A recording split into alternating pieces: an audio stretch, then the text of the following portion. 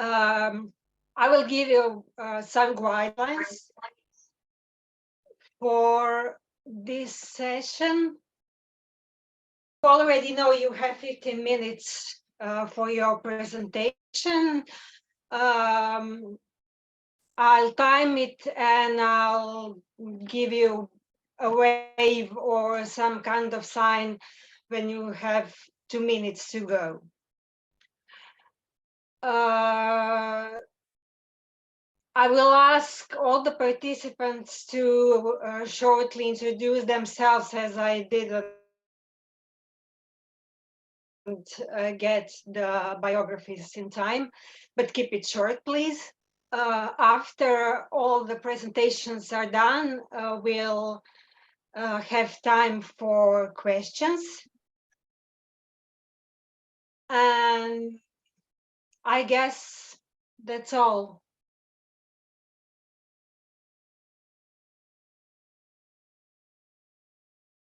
Uh-oh. Are you still here, Koraljka, or? Okay. Okay, my connection has broken, but do you hear me? Yes, we can hear you. Yes, of course. So it is a little bit issue. So can you hear us? Okay. Koraljka? Yeah, I can hear you now. I can hear you now. Okay, so you can continue. Okay, no problem. Yeah. I'm sorry for the crappy connection. This is my spare computer, but we'll handle it somehow. Anyway, our first presenter is Iva Leković. She comes from University of Arts in Belgrade, Serbia. And her presentation is based on a film. It's Ergun's film, Snow and the Bear. And the title of her presentation is Environmental Concerns in Selcen Ergun's film, Snow and the Bear. So I'm gonna now switch to Iva's presentation, and good luck and break your leg. Iva, can you pull up your presentation? Yes, okay, let me share. Okay. Hello, everybody. I will just open up my presentation, which is very short and actually consists only of images and several videos. I will present myself first in a couple of sentences. I'm an art historian. I have a BA in art history, and afterwards I graduated my master studies at the University of Belgrade and the Université Lumière Lyon 2 in cultural politics and management. And nowadays I'm doing my PhD in theories of cinema, more particularly in theories of meta cinema. So actually this is not my primary field of expertise, but it is a topic of my interest. And actually the film that I'm going to speak about was made as a Turkish, German, Serbian co-production, and it was screened this year in a festival in Belgrade. And actually it's a very new debut feature by Turkish female director Selcen Ergun.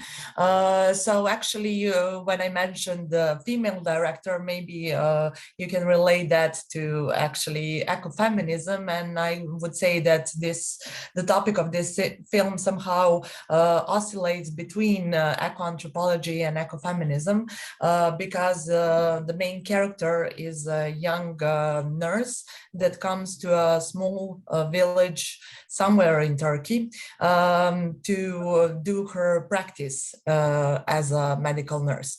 So while speaking further, I want to play a bit of the trailer of the film. Can you see it? Sorry. No, not yet.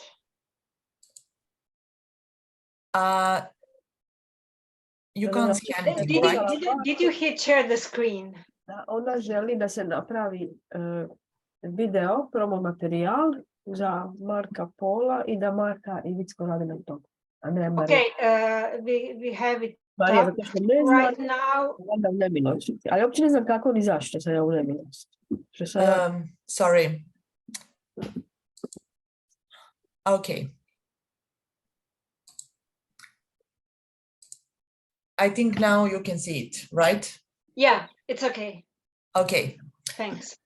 Sorry for the interruption. This is a trailer of the film, so I'll play it mute so you can just see the atmosphere. And the film is very simple, actually, in fact, and very simple in the narrative context and in the visual sense as well, because one of the biggest narrative assets in this film is precisely the nature and this huge wood and snow that is surrounded around this village. Actually, the place where the story evolves in this film is invented. The place is called Akçaken, and actually it doesn't exist, but actually it is somehow a metaphor for some isolated place in the rural aspects of Turkey, and it was shot probably somewhere nearby the Cappadocia. So we are actually speaking about those small communities that are far away from the country's metropolis, where we still have preserved some of the very local customs and traditions, which includes relations between the people, which includes the relation of people towards the nature, which includes the relation of people towards each other. And actually what I found somehow really revealing in this sense in the mere title is this ecosystem paradox that it is presented, because the title says that it is a film about the snow and the bear, and kar beay in Turkish. And actually when we put two of those together, we can actually recall that bears most of the cold periods of year spend somehow isolated or in some sort of a caves, so that they can't walk out. So we never meet actually in the same time, snow and the bear. Hope you can see now. We are seeing you now. Okay, do you see the presentation? No.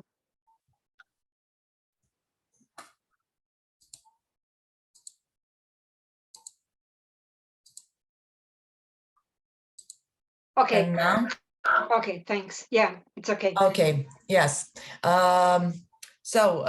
Actually, this ecosystem paradox that it is revealed in the title of the films shows somehow that two of the things that are somehow incompatible together are in this film together. What is the thing that the snow as a narrative asset provides in this film? It is this specific atmosphere that it creates, that is the atmosphere of isolation and somehow fear and some sort of how Freud would say Unheimlichkeit, or uncanniness, as we would say in English. So this is the basic atmosphere in the film that is created by this idea that we have the snow that has been fallen in a time of the year when it shouldn't have been happening. And the film is dedicated to all of those who are waiting for the end of this long winter, which is somehow a double-sensed dedication, because it could be considered literally as the dedications of those who are stopped to somehow live further while the snow has been fallen, and somehow metaphorically as well of those who live in somehow the atmosphere of darkness and fear. What is the thing that happens when the nurse arrives in the town? She first of all meets the locals, as well as somehow their traditions and customs, etc. But she also finds out about some of the local outsiders, such as the local guy Samet, who goes into the woods to feed the bears. And somehow the relation between the nurse Samet and this guy Hassan will be the crucial marks for all the narrative of the film, because somehow what happens further is that the plot evolves in the moment when Hassan gets disappeared. And the Hassan has history both with Samet, because once upon a time, a year or two ago, Hassan has been murdering this bear that has been going down to the village. And what is the main idea that stands behind this film and this atmosphere of climate changes that crosses the narrative? It is the idea that when the weather goes wild somehow, that bears go wild as well. So one of the locals who is explaining to the young nurse the situation in the village, he says that that bear that they are talking very much about is the bear that has some sort of psychological problems, because unlike normal bears, this one goes into the village and attacks people because it is hungry because of the snow. So the whole context of the film alludes to the climate changes and this idea of cold age as well. And that is the main echo somehow question of the film, or let's say environmental concern. The other one is the idea how actually the atmosphere of climate changes is related to the behavior of other living beings in planet Earth, such as the bears. As we see, there is this presumption by the locals that bears are the ones who are having psychological problems. And on the other hand, it is the relation between the people and the nature, because in this film, the people that we are seeing and whose lives we are somehow looking at, they are the ones who are somehow isolated by that snow and by this idea of isolation from other villages, etc., and how all of this affects to their behavior and their lives. So somehow the main idea of the film evolves around these environmental concerns that are pretty much wide. And one of the central motifs that it is expressed in the film, it is the motif of the crime of man against nature, such as the one that Hassan has committed, which is of murdering the bear.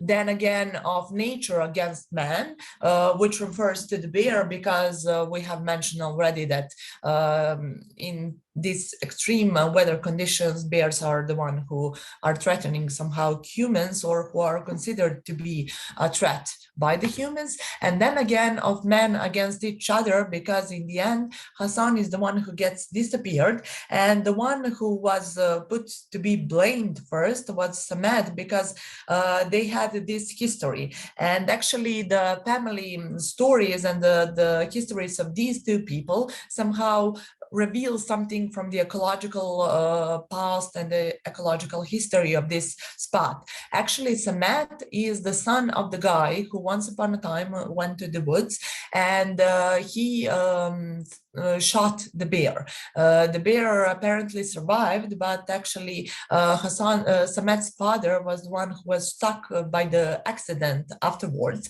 And one of the ideas that is mentioned in the film is that actually when people commit crimes against nature, the nature is the one who comes back and strikes with much more intensity. And then in addition, as we have mentioned here in previous slides, one of these anthropological motifs that are mentioned in the film is the motif of the sacred tree or wishing tree.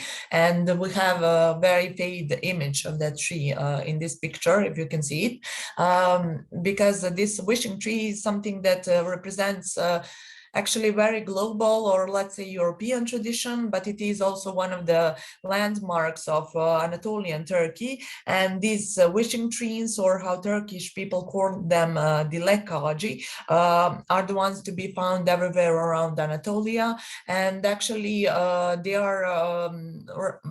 are recognizable by these colorful clothes that are tied in the tree's branches, and that somehow represent wishes that are made as offering to the tree, who is supposed to carry it away. So in one of the scenes, the young nurse goes with an older woman to the tree to make this sort of an offering, and the woman tells her a story about Samet's father and also about Hassan's murder. And she also relates the Hassan's murder of the bear with this weather atmosphere and the weather condition that has struck them. she says that this whole snow that is somehow everlasting in this village is the result actually of Hassan's crime. So one of the ideas that is mentioned in the film, it is also this idea of how we treat the crime, because in a discussion before Hassan disappears, he meets with Samet and with another local in, let's say, Kafana. I think we all understand what that means. Let's say a local coffee shop where they discuss Hassan crimes, and they discuss what Samet did, because Samet was the one who reported Hassan murdering a bear. So for that crime, Hassan was convicted and he was in prison. And due to that, Hassan is very angry at Samet. On the other hand, Samet is the one who thinks that he not only obeyed the law, because according to the law, killing the bear is illegal, but also that he obeyed some sort of a higher law, because in comparison to people like Hassan, he thinks that bears are the one who have advantage to live.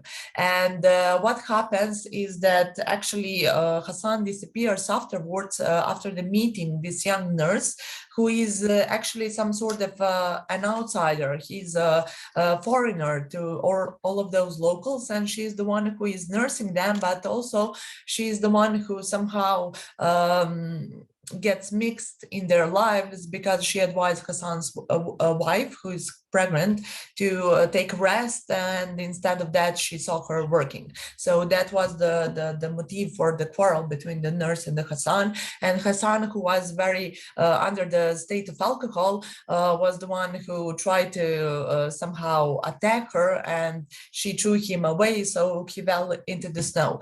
What happens further? I'm sorry, Eva, you have 2 minutes to go, so try to go to make some sort of a conclusion. So actually what this film talks about is this atmosphere of climate changes, and also it discusses many questions that are related to the crimes of man against nature and how we treat crimes, and actually addresses this sort of hostility between man and nature. And what I would like to conclude with is this something that we could hear yesterday in one of the presentation. It is the idea about partnership, because as we saw in only one scene where the bear appears, actually bear is quite harmless. So actually the whole atmosphere of hostility between man and nature is mostly defined by this anthropological context and the hostility of people against each other. So all of those crimes that are somehow addressed in this film, they are related one against each other. And actually the crime of man against nature somehow provide this circle of crime of man against each other, and then again of crime of nature against man, which is inevitable in the situation of particularly anthropological hostility. So we heard yesterday this idea about partnership of between nature and humans, and this idea is something that could be found somewhere in the subcontext of this film as well, or at least it is something that could be reflected upon, because it speaks to us that until the relations between humans in a community aren't solved, somehow also all of the other environmental concerns could not be solved, because they are going to be evolved in a circle that is everlasting. So I will conclude now with this, and if you have any further questions, we can speak about that later. And I'm sorry if I talked about film too much and little about some environmental concerns, but actually I wanted to explain the context and the story of the film, because I think that is somehow a subtle way how the woman actually oscillates between some sort of eco-critical expression in filmmaking, because yeah. Okay. Sorry. I'll have to interrupt you now, but thank you so much for your presentation. I already have questions and comments for you, so you'll have time to expand on it. Thank you so much. Thank you. Before going to the next presenter, I need to mention that this session is being recorded. So if that's not okay for you in any way, just let us know. Our next presenter is Jadra Ryle. Did I pronounce that well? Yes, yes. Okay.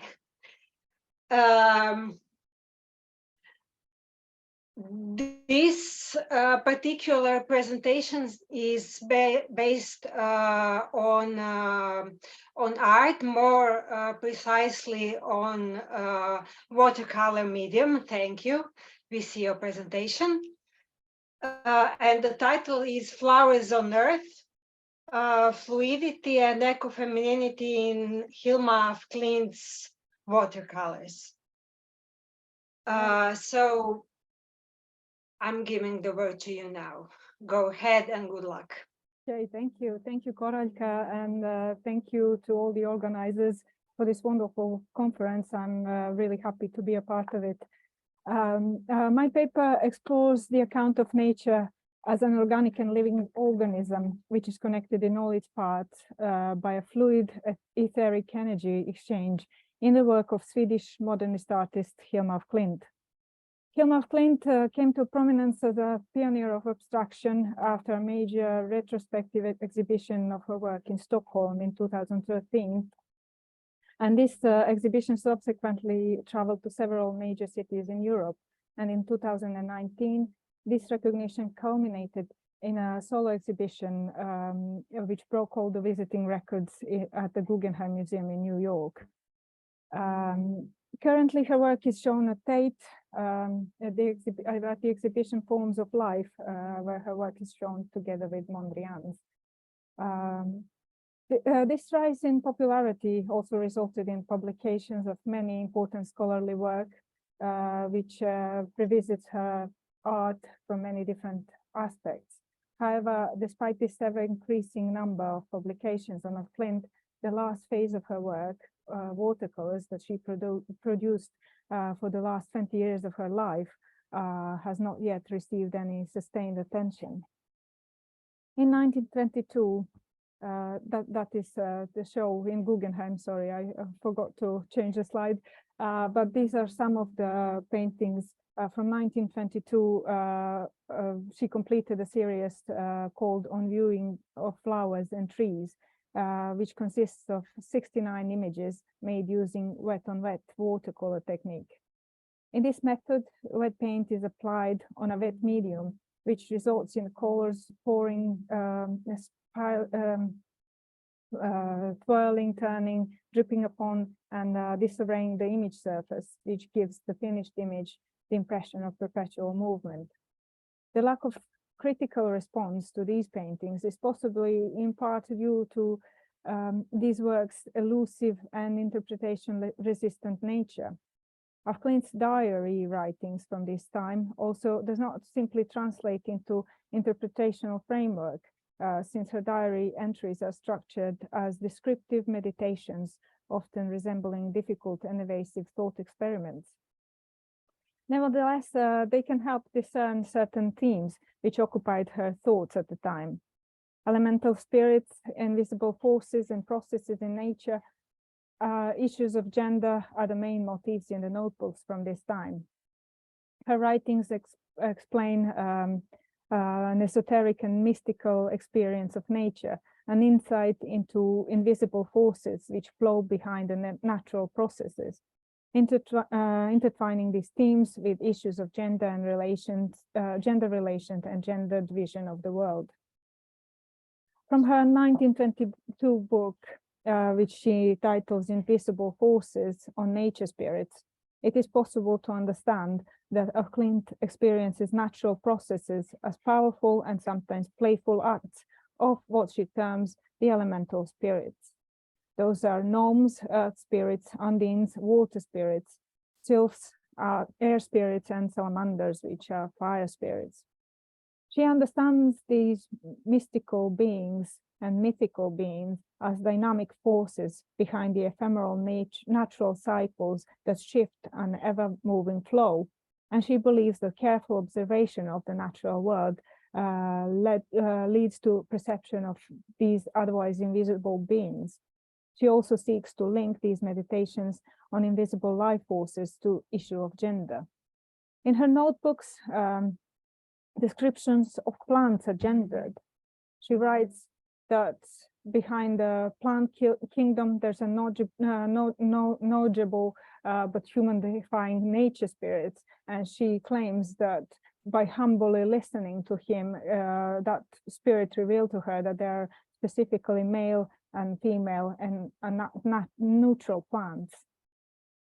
Of Klint ties this understanding of gender to the natural world through her vision of the concealed spiritual reality of botany.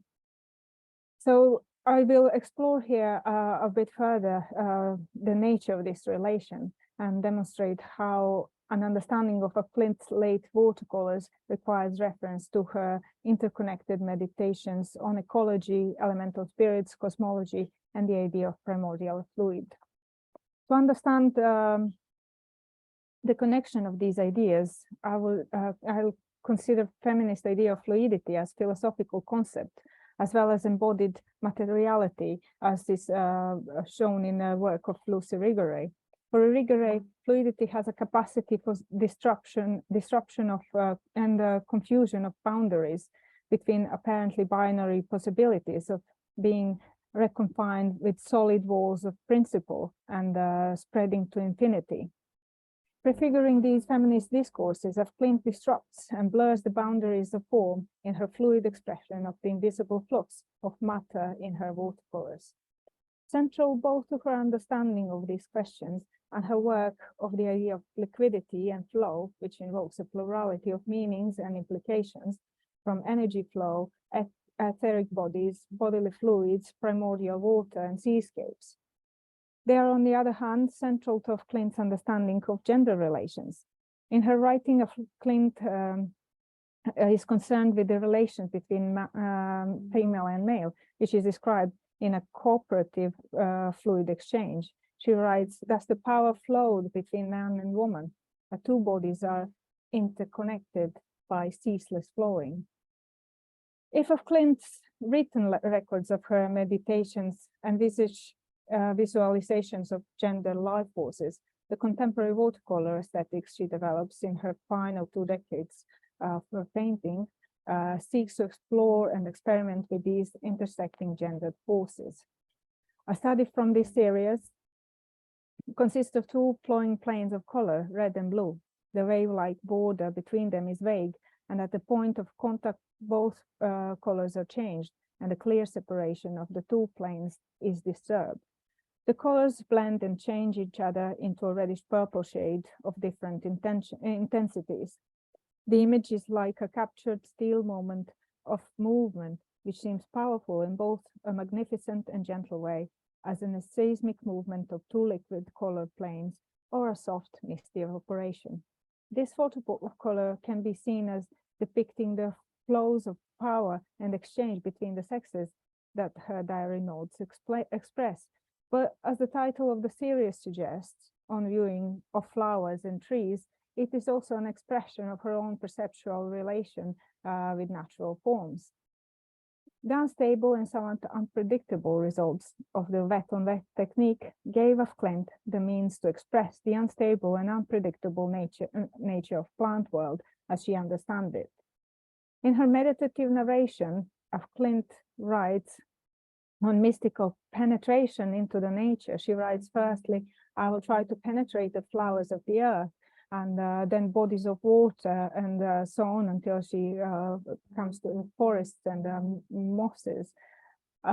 She here uses this Swedish word tränga in, which means to penetrate. This is a charged term in the history of ecology. To penetrate nature is a Baconian concept, which has a goal of extraction and control of the nature. Of Klint's position here is more nuanced than that. Her contemplative penetration into the elements of the natural world is balanced with humble listening, as we saw in a previous quote. This indicates that of Klint has in mind emerging, connecting on a deeper level, a desire to understand it from inside rather than forceful and one-sided exploitation. This aesthetics, I want to claim, is Trangain in the sense of being with nature, as contemporary ecofeminism expresses it. It is not an ordinary viewing of the physical site, but an insight from an insider, rendered into abstract and fluid impressions of the invisible flux of the life forces which lie behind natural processes. Developing this idea and seeking to link its esoteric theology to emergent scientific knowledge, as Klint goes on to describe the invisible life forces of plants as a kind of electricity which flows in twofold movements. And this twofold movements, upwards and downwards, corresponds to the movements of energy flows between sexes, as we heard before, and to the formal organization of the watery planes in the painting. This movement goes in both directions and highlights the relationships of exchange, of codependence and cooperation in opposition to exploitation, which has a growing concern in nascent modernist industrialization. Considering of Klint's ever-growing interest in nature and her concerns about the alienation from nature, which was caused by modern science, ecofeminism provides a useful and effective frame for the analysis of Klint's work from this period. As Caroline Merchant emphasized, environmentalists warn us of irreversible consequences of continuing environmental exploitation, and developing an ecological ethic emphasizing the interconnectedness between people and nature, which would be based not on domination of woman and nature as resources, but on the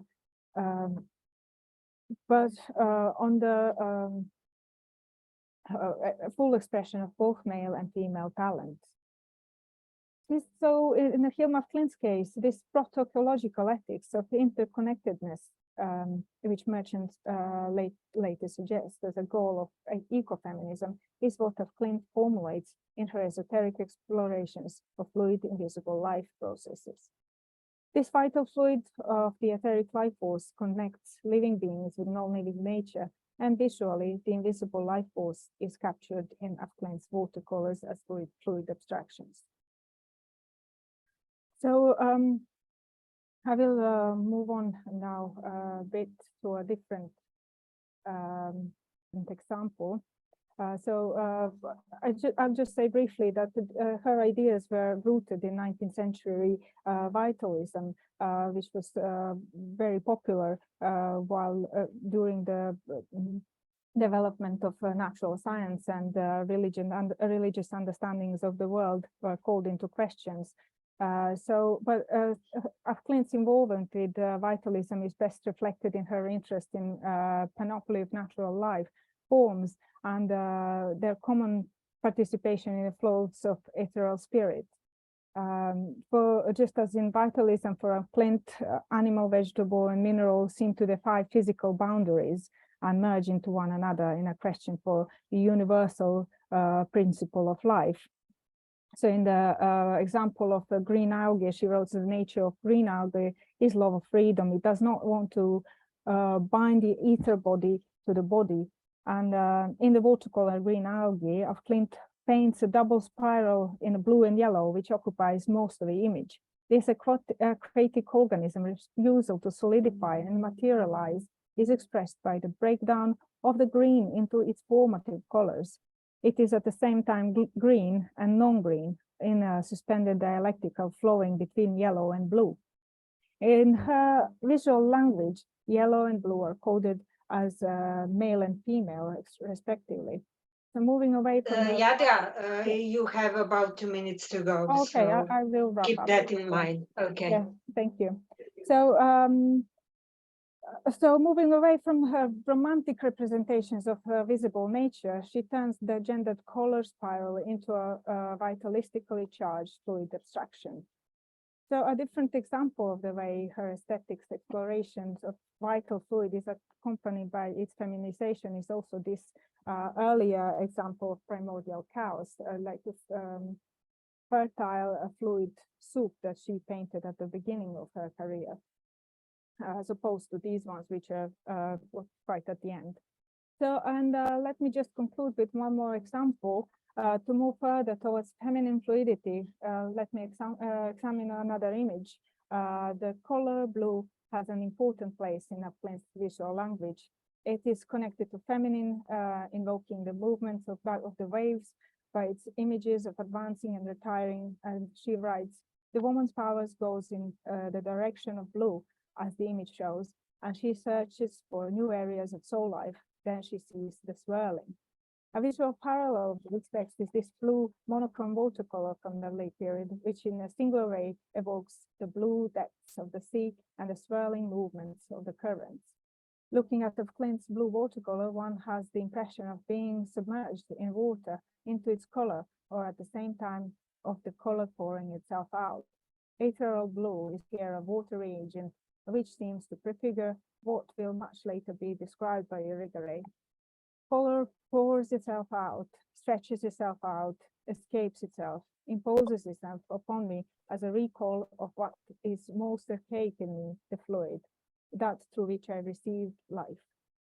So likewise, Klint's thalassographic blue fluid is gentle yet powerful life force in flux, which erodes the boundaries of form. Klint's feminine blue watercolor bears in its depths a powerful expression of ethereal fluid and the life-giving force of the primordial waters. Seeking for the invisible vital fluids of nature beyond the human, Klint's life forces are expressed fluidly in a method which produces water irregular abstract patterns of the ethereal blues and which refute or soften solidity. With the abstract feminized depiction of invisible ethereal forces, Klint expresses embeddedness in nature, mutual connectedness, and exchange. Thank you. Okay, thanks. I guess you didn't have time to talk more about Klint connection with Madame Blavatsky and channeling the art. Yes, well, yeah, I'm sorry about that. Later, yes, at the end, yeah, there was lots other things to say, but I try to keep it short. I'm personally interested in channeling the art, so I might drop you the email afterwards. Yes, but for now, thanks a lot. It was great. Thank you. So we are now moving on to our next and the last speaker for this panel. It's Leopold Rupnik. He's independent researcher for Croatia. His presentation is based on a series of photographs, and the title of the presentation is Queer and the Production of Otherness in Traditional Slaughter in Denis Butorac's Homesick. So, Leopold, your own. Thank you so much. Thank you so much, Koraljka, for introducing me and my topic, and also thank you for inviting me. A big, huge thank you to the organizing committee for accepting my lecture and my topic. So I will also measure my time, so you know, Koraljka, as well, that I will try to shorten it up. So I would like to actually start with the first, with a summary with all the things we'll be actually talking about. I wouldn't want to actually put much detail into this. You will have the opportunity to hear everything about it. And actually what I want to say for everyone who feels uneasy watching any images depicted with animal cruelty or has any concerns that it might struck them deeply, of course, you can always leave at any time. The topic is actually about traditional slaughter in Croatia, which Denis Butorac's photographic work is based on. So if you feel uneasy or anyhow, you know, you can always leave, and you are warned beforehand, of course, for your safety. So let's put into words what actually traditional slaughter in Croatia is. We call it koljenje, klanje. It depends on which region you're in. The region Slavonia, Podrinja, Dalmatinska Zagora are actually one of the regions who have it as a really, let's say, popular tradition as part of their culture. Which is actually the slaughter of different animals. It's mostly pigs. That's why it's called svinjokolja, or mostly. In autumn, winter, actually in the vicinity of the family home. And it's more or less put as an event where the family gathers. Everyone has their specific roles in this.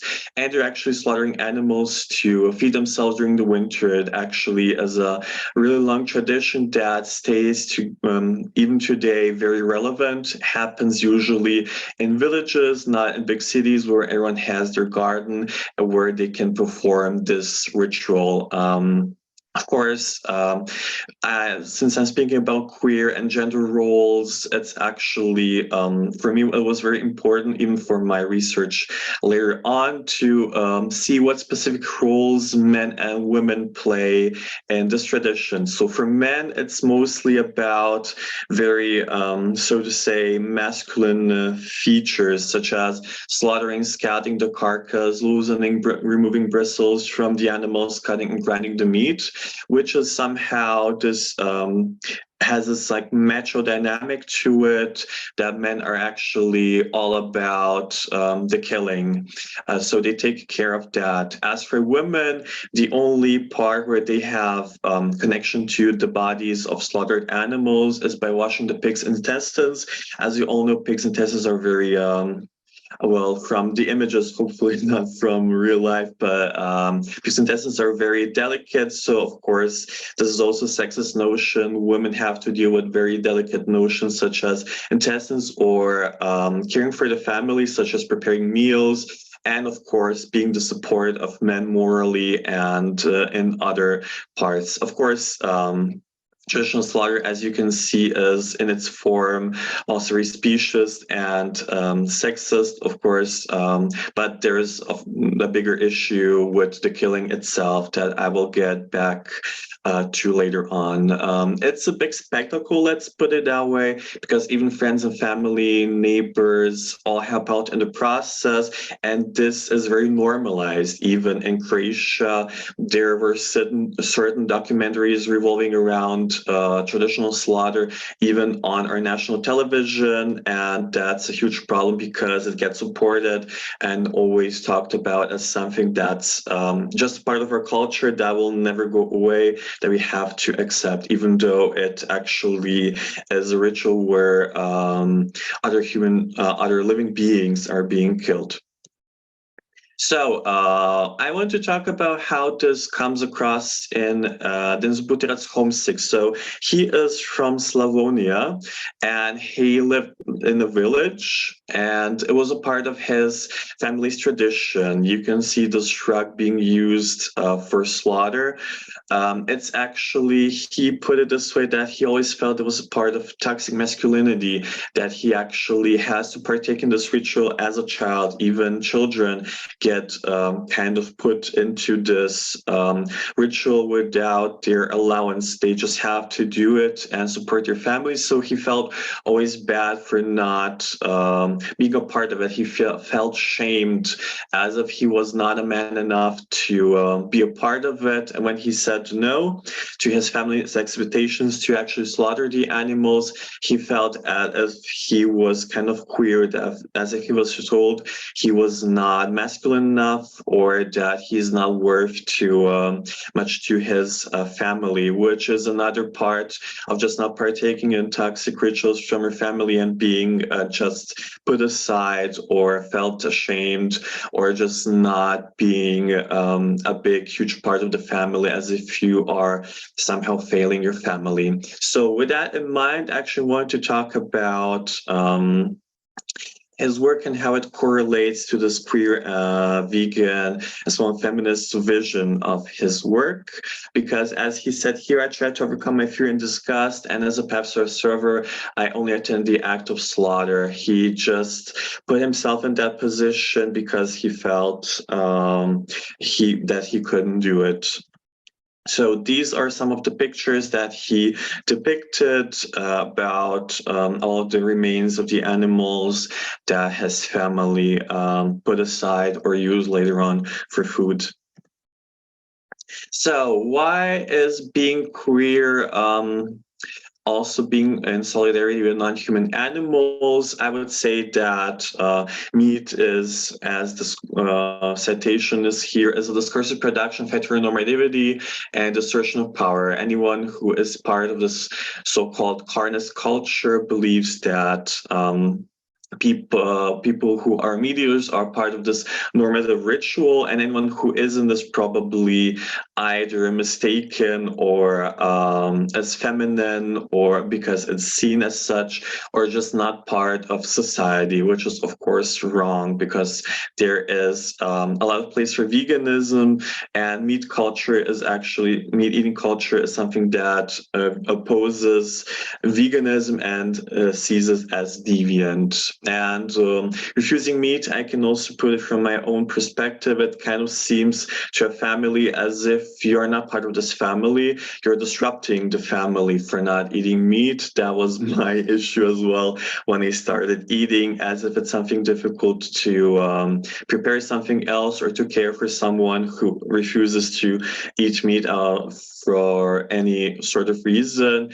And it somehow puts the family not really at ease, as if the order of the family, the nuclear family, is disrupted when we take not eating meat into account. I have always, this question was very interesting when I was working on it. What's going to happen to the family if we don't eat meat? It's as if we don't prepare meat for our lunch or dinner, it's as if we don't have a tradition, as if you're kind of put aside at the table, but you can't partake in the ritual of eating, which is a huge part of any family, where we all sit together, talk about our day, summarize them. And if you don't eat meat, you just can't be a part of this culture, as if you're straining the family. And for me, it's actually a form of solidarity and opposing these patriarchal and capitalist structure of the family that has this one only side how to do things. You always have to have lunch together, always have to decide together. So I feel this is very, as someone who is queer and for solidarity for non-human animals, it's actually very rebellious.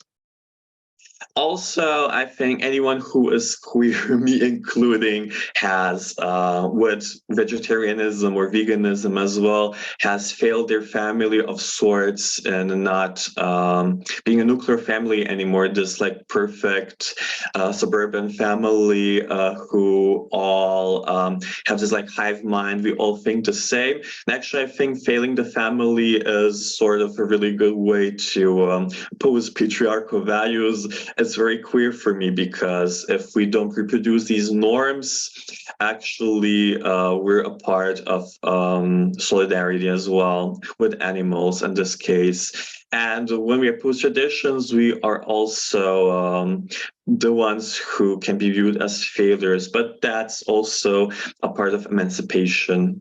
I do think that Butorac kind of put his work, and I think this is really a good picture to kind of compare it with Tracy Moffat's Fourth, where Moffat has photographed people who failed, who didn't meet the criteria of the Olympics, and they're viewed as so-called failures, even though that's being fourth at the Olympics is also a huge success. As if we always have to push the boundaries, always have to be the first. If we're not, we fail the family. So even though being a vegan is not much work for the family, family to to prepare a meal or to prepare it yourself, but it's still viewed as something very difficult where you're just not respecting the family. So I think not respecting some values and traditions, especially slaughter and partaking in eating meat, can be viewed as queer and actually opposing societal norms. I did a research with two queer men from Slavonia, to see how they actually worked through their difficulties with family. I had more, but actually focus on two, and I think what they told me is very indicative of why I would put traditional slaughter as something that's patriarchal, capitalist, and opposing queer and anything that's for non-human animals. So I would actually, I gave them, of course, I abided by all ethical rules. I gave them new names as well. And due to anonymity, they also feared that their families and communities would actually excommunicate them, which was very, very harsh. So I, of course, respected that. So we had some, of course, checked in with them, sent the presentation, and it was important for me to see what they think. And the roles, my questions, or actually the base question where we evolved the interviews around that was, were our roles in the ritual, and what queerness and masculinity, if they are intertwined in the role in Klanje, and how they actually got to their roles. So we have a few more minutes, so I will wrap this up.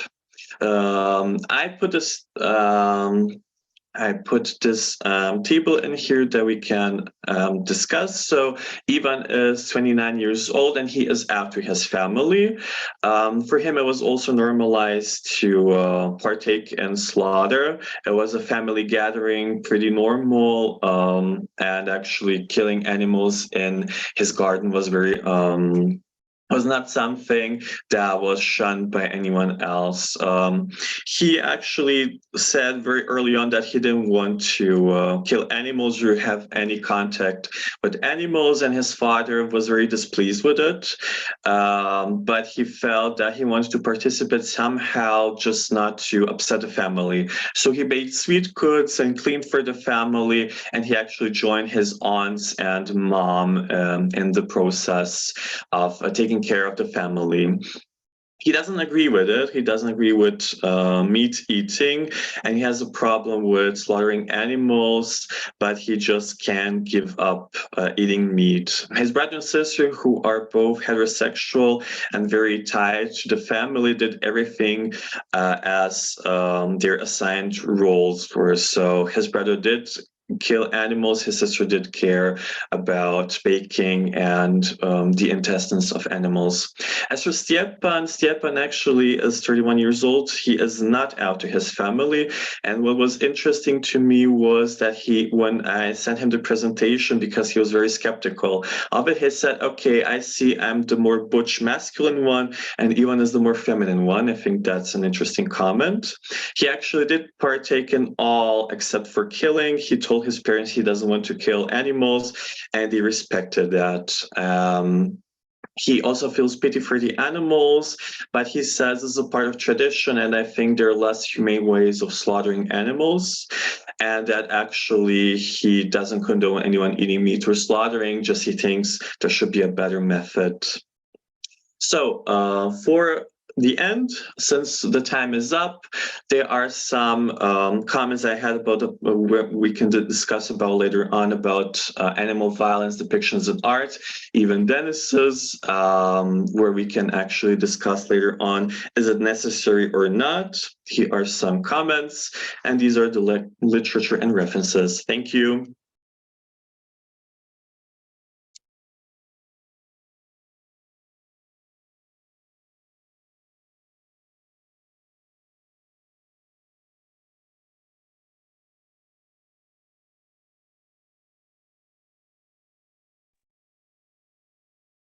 Mm-hmm.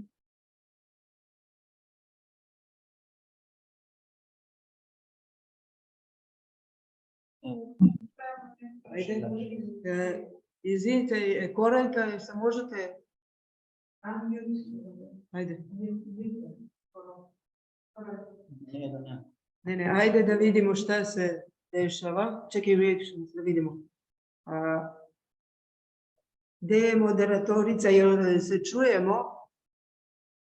Nešto se isključilo. Ništa, onda da da sačekamo još minut, dva da vidimo da li je sve u redu. Jel se čujemo? Ne čuje se. Čekaj sad da vidimo.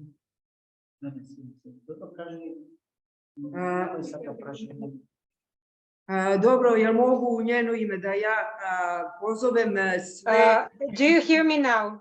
Da, evo uspeli smo konačno. Okay.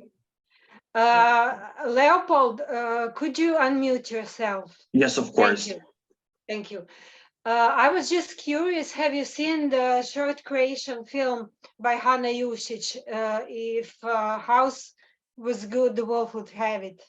No, but I would love to. If you have any recommendations, where I can watch that. Because it has so many common points with your presentation. It's literally the same theme.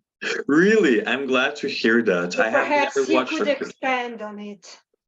Great, Okay. please. That was all. Thank you. Bye. See you, hopefully. Thank you. Okay.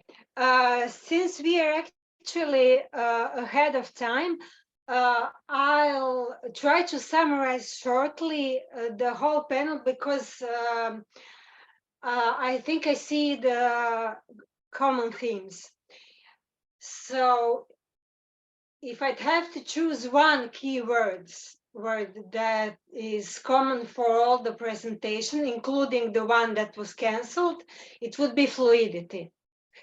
It's fluidity between genders, between species. Fluidity is also represented by the element of water, which we have in 3 of 4 presentations. It's represented in watercolor medium in Jadra's presentation. Also, it's represented by snow.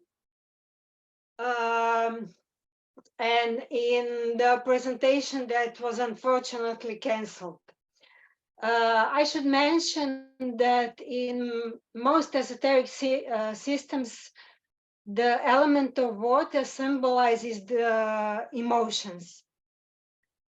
So probably it's something to think about that in the film Snow and the Bear, the element of water is frozen. And in the presentation that was cancelled, that was also based on film, the water is treated as an enemy. So this was my personal reflection on the whole panel. I will now open the chat.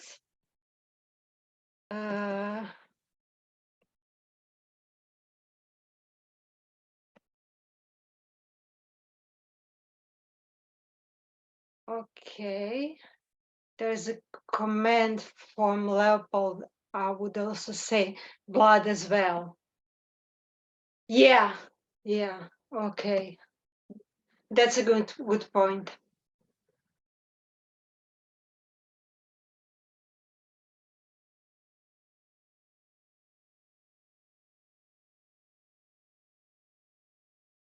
Sorry, Koraljka, may I ask a question for the presenters?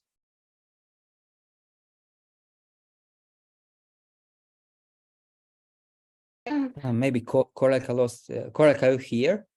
Yeah. Oh, okay. We have one question from Uroš. If you didn't. So first of all, thank you very much for inspiring presentations. I was really pleased with the quality of them. And I'm particularly interested in the last one. So I have tons of questions, but I will try to ask only some of them. So the first question is, have you heard about Marija Branković's book, Psihologija odnosa čovjeka I životinja? Because, because I think it can be something really interesting for your research, and particularly in the parts where masculinity is connected with meat-eating culture. But speaking about that, I'm not sure if we can say that, for instance, tribal communities like Inuit population or Mongol population or any other isolated community can be that we can say that it's wrong for them to use meat as food because they don't have many alternatives, and that's something that is rooted in their lifestyle. But definitely I think that we all should think about alternatives in general.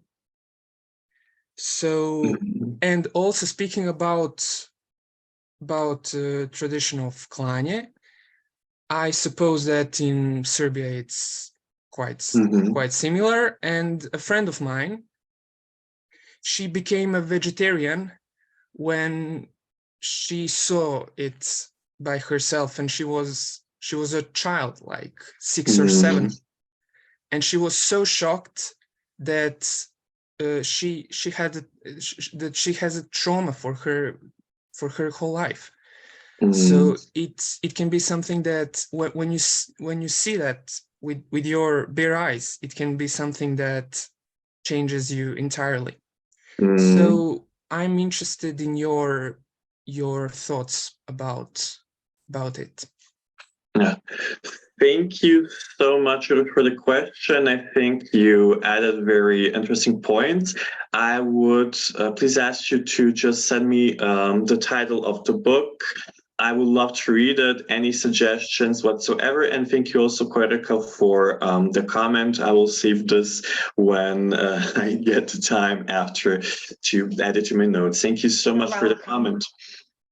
Yeah, I would actually start off, there are many points, but to keep it short and sweet, I would actually, when I'm commenting on tribes, well, I would say that I wouldn't want to reduce my comment to a Western view world, since I am not a person who can, with safety, say what with safety and knowledge as well. I think that's let's say a very self-conscious position where I know that my knowledge of their practices is limited, especially since some tribes as well who live in isolation do still feel the pressures of capitalism, but they live as, let's say, opposed as some form of rebels outside of society, outside of this westernized capitalistic worldview that keeps pushed on them. So I wouldn't be able to comment if there are any alternatives for them. I would love to learn more about that, because I do think that and my point of view here that I also presented was more from a capitalist, criticizing capitalism kind of viewpoint, that I wouldn't be able to actually say if I can criticize them for eating meat. Of course, I wouldn't want to shove veganism down anyone's throats. I don't think it works that way. I don't think that's productive to tell everyone just to stop and shame everyone. There is a more problem with that, with a society with reproduction as well, and how capitalism says there's only one way of eating, has to be meat. If you're not consuming another living being, it's not affordable. It's not going to be good for you. You're not going to live up very long. So I do think there's this huge problem with the capitalist machinery itself. I do know that at the start, tribes used to only eat vegetables and plants, but then again, as for the climate, I'm not able to comment on specifically those ones. So I would actually just put it this way, that I would love to get more informed about that. So it was more, let's say, a Western, critiquing Western society, and I don't have the knowledge to go into those fields. But thank you. I think it's a really, really interesting one. Anyone who wants to add, I would really love to. I would love to learn. And for your question, the second one about becoming a vegetarianism, have I memorized it right? About one of your friends actually starting to become a vegetarian because of klanja. Mm-hmm. Okay, then I memorized it correctly. I want to put that, for me, it was actually a very similar experience. I saw a cat being eaten in a street, in an open street. The carcass was lying there for 3 days. And I told myself, you know, I never liked meat as a kid. When my mom would actually present me with meat, I would put it under my plate and tell her, you know, I finished my meal, even though the plate was uneven because of all the chicken nugget pieces that were under it. So perhaps it's my skewed point of view, but I never liked meat anyway. This pushed me as well when I saw that animal getting eaten. So I do think that it kind of pushes you to the limit, and a lot of people who are who eat meat tell me they can't watch it, because if they knew, and that is actually a part of vegan theory as well, that if you do see it getting killed, meat is always presented in this way that feels appetizing, that feels very nice, smells really nice because it has a lot of these spices. So it always comes down to it that meat is being presented as a product that doesn't look menacing or evil, or if it's a dead carcass.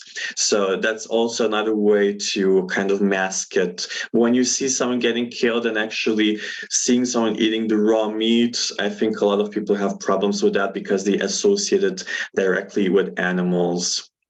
It's a really interesting theory that I read. I can also, for anyone interested, I have it in my literature references. Thank you so much again. Thank you. I would like to go back to Eva. Is she unmuted? Okay. Yes, Hi again. Hi again. Hello. I have also a few suggestions for you. Maybe you have seen it, but it might be relevant for your subject.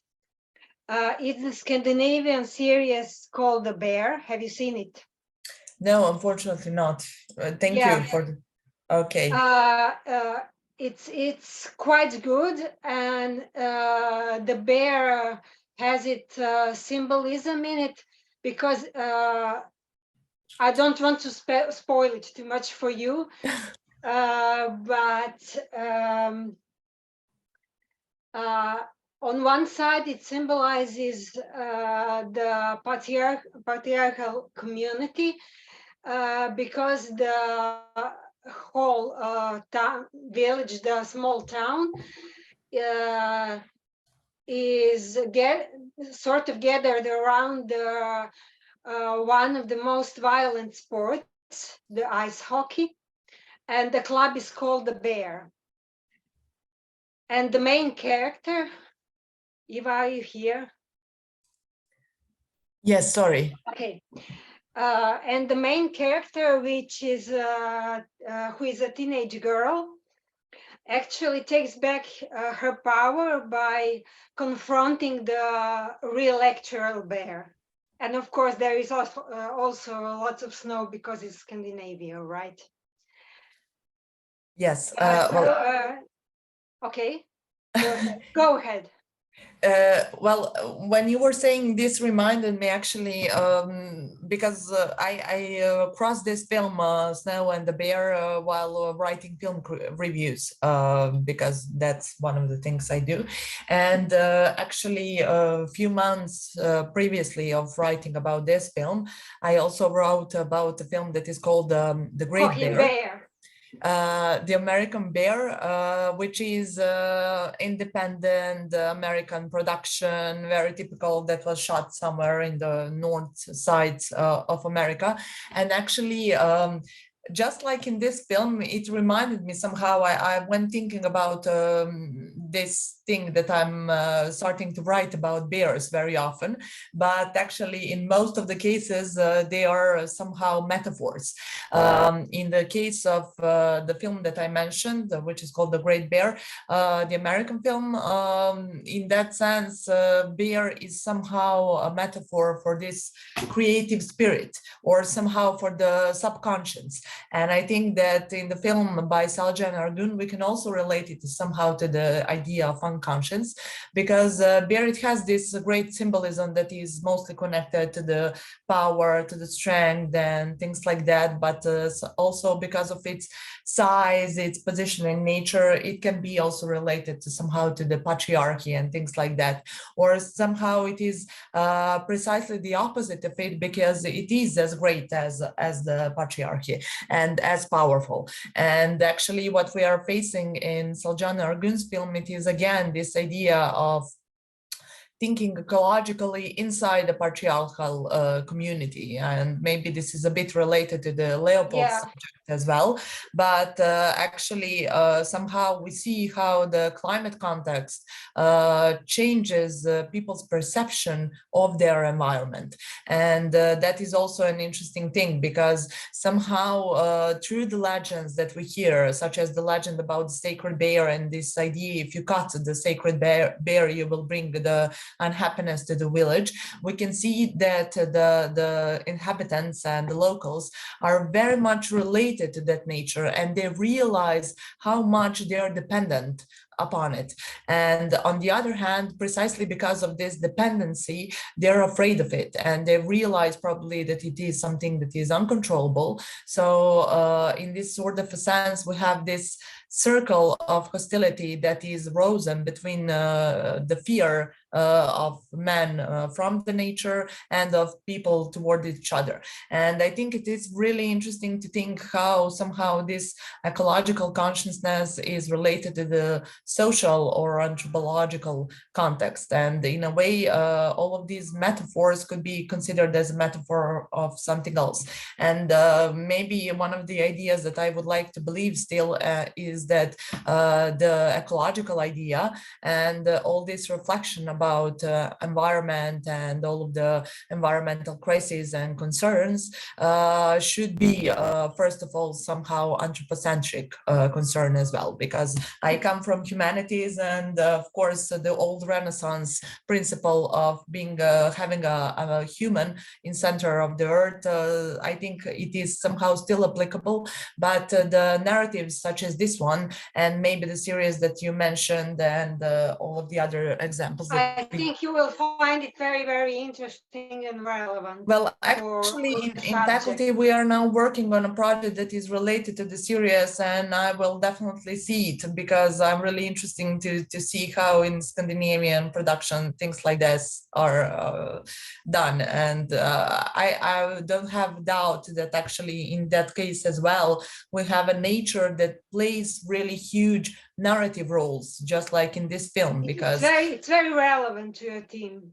Yes, I assume, because especially because of the nature and geography of that region as well. So bears seem to be functioning quite as a metaphor nowadays, a huge metaphor for many things, and especially about this relation and the size of the relations between humans and their environment. Okay, I have another suggestion for you concerning bears. I'm currently... sorry, can I mention just another thing? Sorry for interrupting. Yeah, but be brief, because we are... Yes, I just recalled that you mentioned that we had really waterish liquid topics nowadays. I just wanted to say that there is something in this aspect as well, and that nowadays in Balkans there are also many other documentary filmmakers who are working on some ecological social and environmental topics as well. And I wanted to mention also a film, maybe it is a recommendation for somebody else as well, by Dana Komljen, which is called Afterwater, which could I think fit quite well in this session as well. It is completely different in the approach and formal aspects, but somehow it still brings us to this watering topics. Yeah, I have a feeling it would be very, very relevant for the presentation that was unfortunately cancelled, but thank you for that. I'm sending you in chat another suggestion. It's I'm currently working on a paper that is partly based on film Cocaine Bear.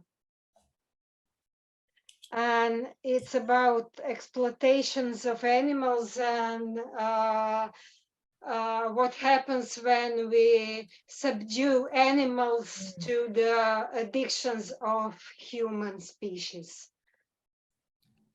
Is it about they are probably used or as mules or something like that for carrying? No, the plot is actually the bear who finds a duffel bag full of cocaine that was dropped by